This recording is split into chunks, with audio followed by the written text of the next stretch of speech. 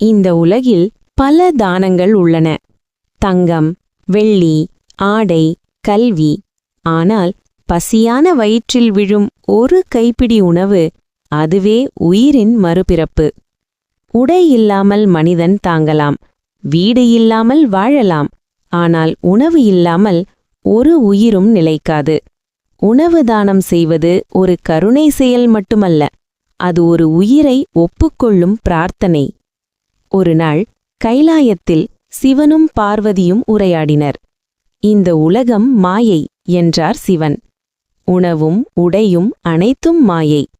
அந்த வார்த்தைகள் மகா மாயையின் இதயத்தை தொட்டது. பார்வதி அமைதியாக மறைந்தாள்.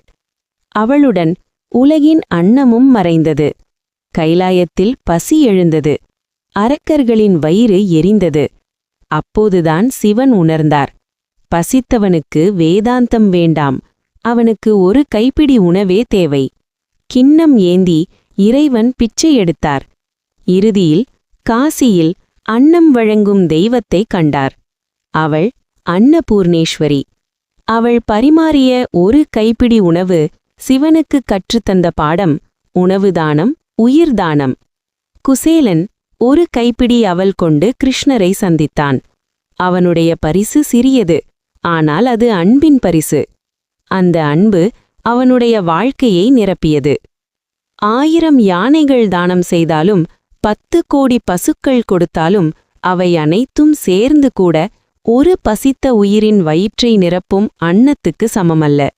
பசி கொண்ட வழிப்போக்கன், ஒரு பறவை, ஒரு விலங்கு, ஒரு ஏழை குழந்தை, அவர்கள் எல்லோரும் அன்னத்திற்கு தகுதியானவர்கள்.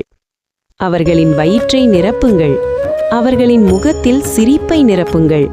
அவர்களின் மனதில் அமைதியை விதையுங்கள். உணவை அன்போடு பரிமாறுங்கள், கவனத்தோடு பரிமாறுங்கள், நன்றியுடன் பரிமாறுங்கள். ஏனெனில் உணவு தானம் செய்பவன் இந்த பூமியில் உள்ள அனைத்து விலைமதிப்பற்ற செல்வங்களையும் தானம் செய்கிறான். வாழ்க்கை நல்லது, அது நிறைந்ததாக இருக்கட்டும். பசியில்லா உலகம், அதுவே உண்மையான ஸ்வர்க்கம். ஒரு கைப்பிடி அன்னம், ஒரு முழு உயிரின் நம்பிக்கை.